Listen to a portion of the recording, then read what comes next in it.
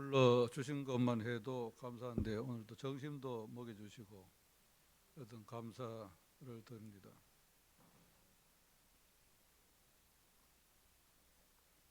저는 특히 겨울 되면 입이 좀 말라가지고 물을 좀 자주 마십니다. 혹시 여러분 중에 물론 그런 분이 안 계시겠지만 전라교회 수도세 올라가거나 물을 튀기도 마신다. 자제해 주시면 좋겠습니다.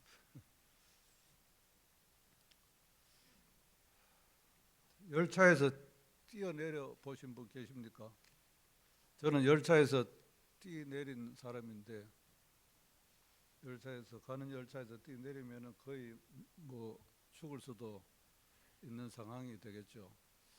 제가 태어난 데는 영주 풍기고 어릴 때 안동으로 이사 와서 좀 살았고 이제 20살 지나서 신학과 목회를 하면서 영주 안동 쪽에 목회도 했지만 나중에 우리 청도에는 전체 산 기간이 뭐 한 40년 가까이 제2 고향처럼 청도가 되어져 있습니다. 목회하기 전에 서리 집사로 총각대 임명을 받은 것 같은데 우리 고향교회 청년들 전도사님하고 그때는 이제 교회 시골 쪽에는 전도사님들이 목회를 많이 했습니다. 전도사님하고 청년들이 야외를 가는데 안동에서 열차를 타고 제 기억으로는 단양인가 가는 것 같은데 소풍을 갔습니다.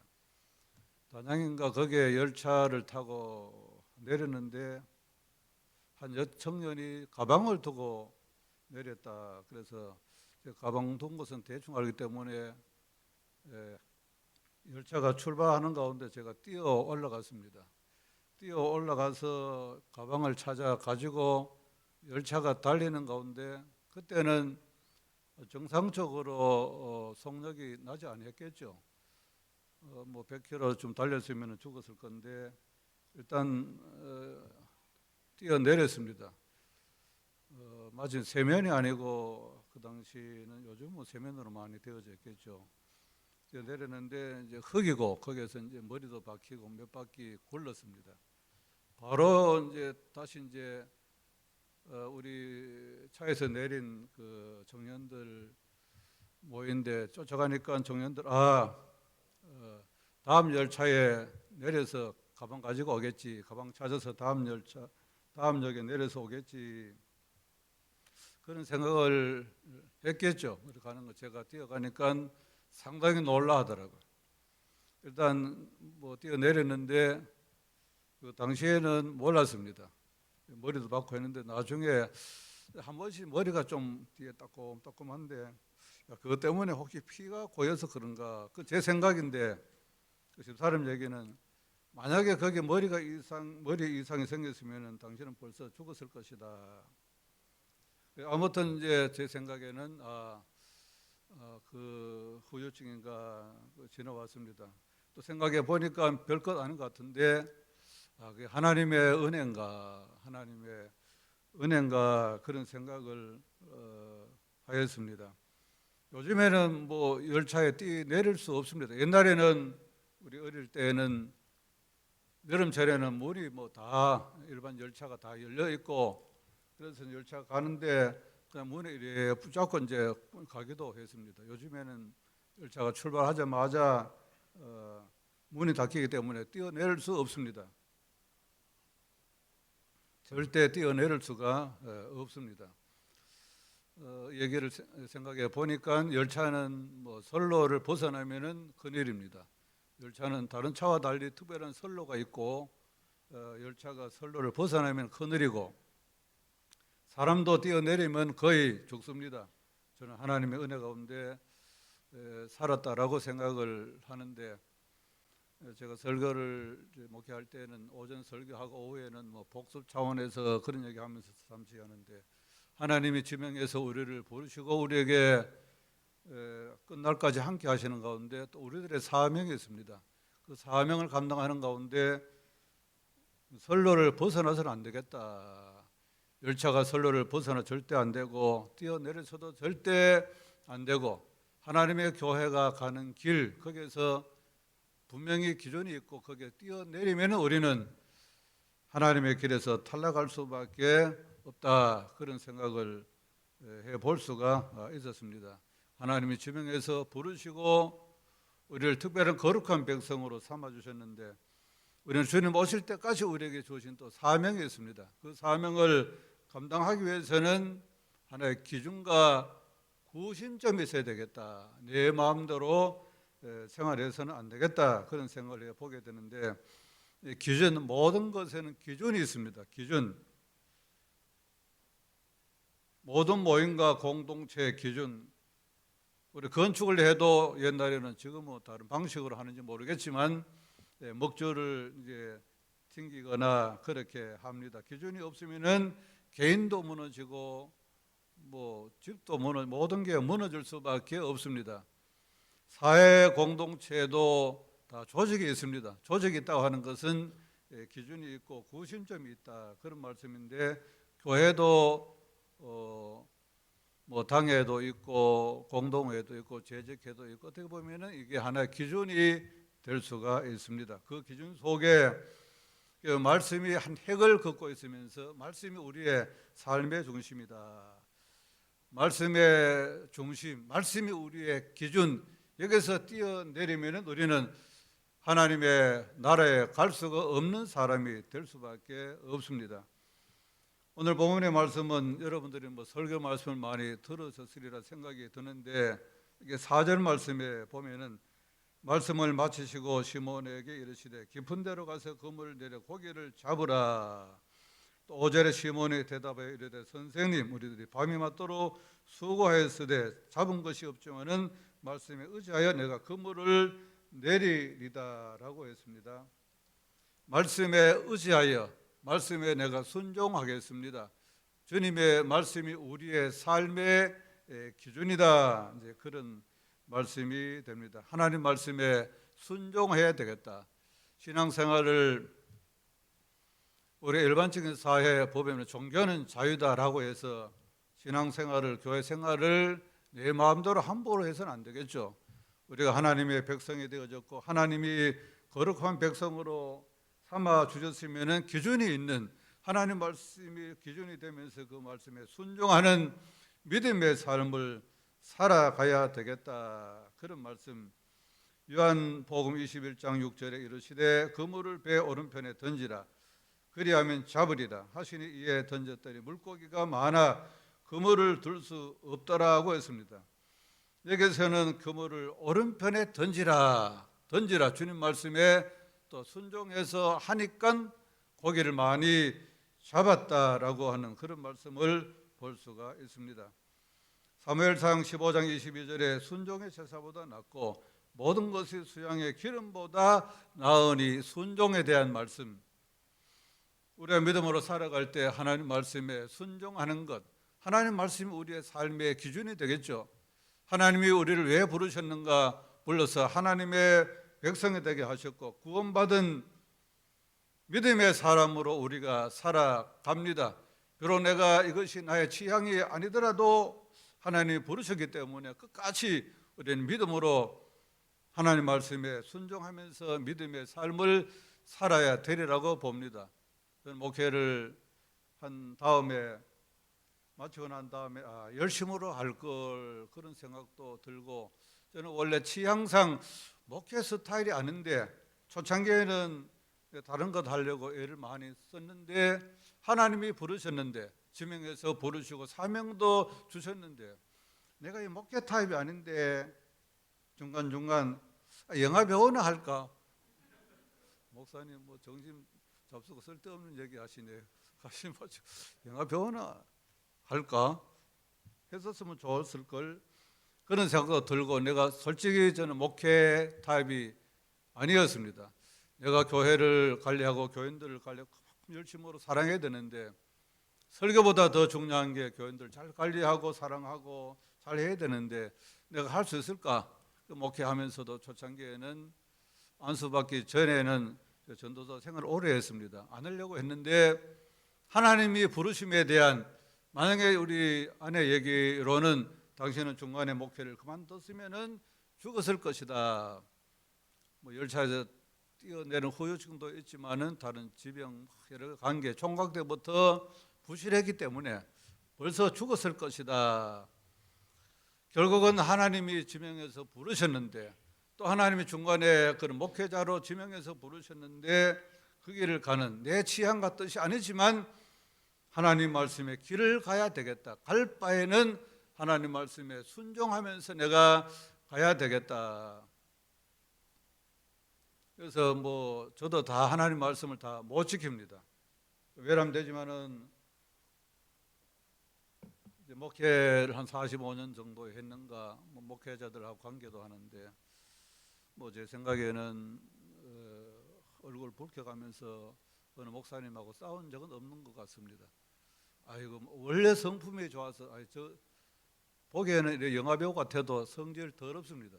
싸우려면 얼마든 싸우는데 예수님 말씀에 혈기 부리지 말라. 성경 특별히 그런 게 있었기 때문에 제 기억으로는 그래 했는 것 같습니다. 하나님 말씀에 나 다 순종은 못하지만 하나님 말씀을 순종하면서 내가 목회하고 신앙생활을 해야 되겠다. 아무튼 하나님이 부르신 그 부름의 취지와 뜻이 뭔가 우리 믿음으로 살아가되 말씀이 기준이 되는. 그런데 우리가 말씀에 순종하기가 쉽습니까? 어렵습니까? 말씀대로 이 성경 말씀대로 어떻게 다 살겠습니까? 대단히 어렵습니다. 말씀이 우리의 기준이 되고 이 말씀대로 살아야 되는데 대단히 어려운데 그래서 조금 쉽게 할 수 있는 방법 한 두 가지 말씀을 드리면은 먼저는 예수 그리스도를 구세주로 믿고 고백할 때 아이고 나는 뭐 진라교회가 좋아서 진라교회 교인들이 좋아서 교회가 좋아서 그것도 좋지만 그러나 중요한 것은 예수 그리스도를 나의 구세주로 고백을 바르게 할 때 그 신앙이 될 때 하나님 말씀에 순종 말씀에 의지하면서 믿음으로 바르게 그래도 살아갈 수 있는. 여기 5절에 보면은 시몬이 대답하여 이르되 선생님 우리들이 밤이 맞도록 수고하였으되 처음에는 선생님 했습니다. 물론 예수님이 선생님도 될 수 있겠지만은 선생님. 그러 뒤에 8절은 누가 한번 읽어주세요. 8절.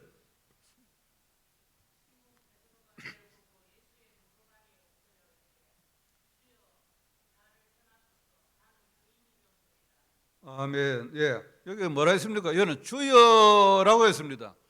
처음에는 선생님이라고 했고 뒤에는 주여라고 했습니다. 이 말씀을 생각해 보면서 선생님하고 주님은 엄청난 차이, 나중에는 주님으로 고백할 수 있는 단계에 이르게 되어졌다.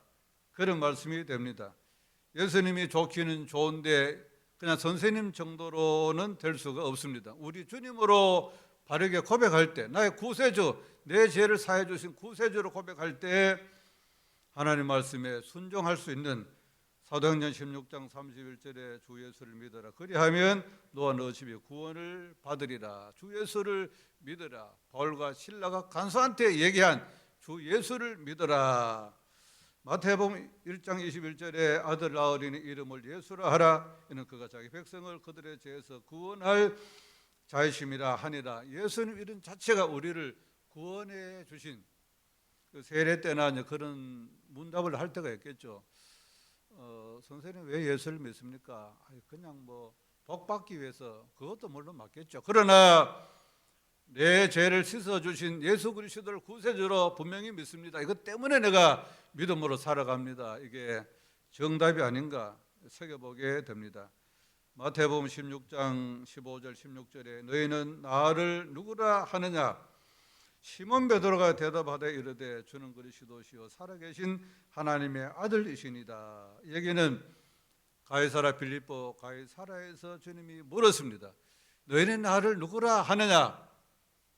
그때 다른 사람들은 뭐 세례 요한 또 뭐 엘리야 예레미야 선지자 중에 한 사람, 그것도 맞기는 맞을 수 있겠죠. 그런 역할을 했기 때문에. 그러나 그 정도는 안 된다. 그래서 베드로가 시몬 베드로 대답하여 이르되 주는 그리스도시요 살아계신 하나님의 아들이시니다. 다른 것은 몰라도 우리가 믿음으로 살아갈 때 하나님 말씀 따라 순종하기 위해서는 주는 그리스도시요 살아계신 하나님의 아들, 우리의 메시아, 우리의 구원주, 다른 것은 부족해도 예수님은 하나님의 독생자, 우리의 메시아다, 우리의 구원자, 나를 구원해 주신, 죄에서 구원해 주신, 적어도 이것만큼은 인식이 되어야 됩니다. 이게 안 되면은 우리의 신앙생활은 유야무야 상태가 될 수밖에 없습니다. 예수님은 우리의 구세주로 바르게 믿을 때 말씀에 순종하고 말씀을 기준으로 삼아서 믿음으로 살아가기 힘들지만 그래도 어느 정도 쉬울 수도 있다. 예수님을 나의 구세주로 주는 그리스도시요 살아계신 하나님의 아들로 바르게 고백해야 우리 하나님의 말씀, 주님 말씀에 순종하면서 그것이 우리의 개인이나 교회, 우리 삶의 기준이 될 수가 있다. 그런 생각을 해보게 됩니다. 이런 믿음으로 언제나 복되고 승리하시는 여러분 모두가 되시기를 주님의 이름으로 축복합니다. 그리고 하나는 내가 예수님을 우리의 구세주로 고백을 했습니다. 하기는 했으되 아직 우리는 육체를 가지고 있는 사람이기 때문에 인간의 속성, 육의 속성이 있습니다. 육적인 하나의 여러 가지 욕심과 욕망이 일어날 수밖에 없는데, 그래서 과거의 모든 것을 버릴 때, 부인할 때 하나님 말씀에 순종할 수 있는, 말씀이 중심이 될 수 있는, 여기 11절에 보면은 그들이 베드로를 육지에 대고 모든 것을 버려두고 예수를 따르니라. 모든 것을 버렸다. 뭐 그물도 버리고 모든 것을 버렸다, 그런 말씀이 될 수가 있겠죠. 단순히 생업을 포기했다, 생업을 포기했다, 그런 말씀은 아니겠죠. 완벽하게 포기할 수는 없겠죠. 사람 먹어야 하기 때문에. 이게 그물을 버렸다라고 하는 얘기는 인간적인 여러 가지 소욕을 버렸다, 과거의 모든 습성을 버렸다, 그런 말씀이 됩니다. 마태복음 16장 24절에 누구든지 나를 따라오려거든 자기를 부인하고 자기 십자가를 지고 나를 따를 것이니라. 나를 버리고 주님을 주님으로 고백을 했지만 나의 인간적인 여러 가지 속성, 욕망을 버리지 아니하면은 하나님 말씀에 순종할 수가 없습니다. 고기 잡는 데는 아무래도 뭐 베드로 하여튼 어부들이 최고의 주님이시지만 그래도 고기 잡는 데는 우리가 최고인데 뭐 깊은 데로 오른쪽에 던지라. 우리는 못하겠다. 못했으면 잡지 못했겠죠. 그러나 경험으로 보면은, 고기 잡는 기술로 보면 우리가 최고인데, 그러나 주님이 오셔가지고 깊은 데로 가서 그물을 던지라, 오른편에 던지라. 이것은 결국은 본인들의 경험, 기득권, 기술, 능력, 이 모든 것을 버렸다. 우리의 경험이 참 중요하겠죠. 기득권이 뭡니까?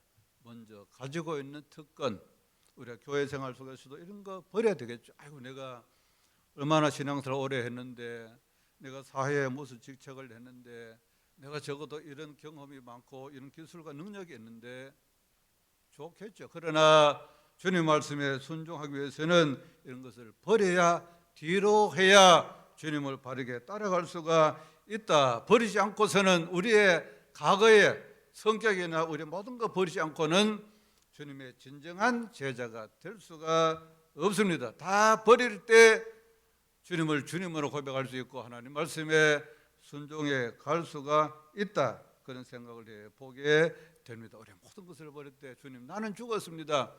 사도 바울이 나는 죄인 중에 개수고 이제는 내 모든 것은 나는 날마다 죽노라. 한 번만 죽으면 되는데, 한 번만 죽으면 됩니까? 오늘만 죽으면 됩니까? 내일 또 내 인간적인 소욕이 일어납니다. 그래서 사도 바울은 날마다 내가 죽노라. 내가 죽을 때 하나님 말씀이 최고입니다. 깊은 데로 오른쪽에 내가 해봤지만 그러나 또 주님 말씀이기 때문에 내가 하겠습니다. 이거 진정한 순종이 아니겠는가. 여러분도 대충 아시겠지만 미국 제16대 대통령 링컨 대통령이 있는데, 링컨의 어머니가 낸시 여사, 우리나라의 시민사임당 같은 역할을 하는 분인데, 링컨이 9살 때 낸시 여사가 세상을 떠났습니다.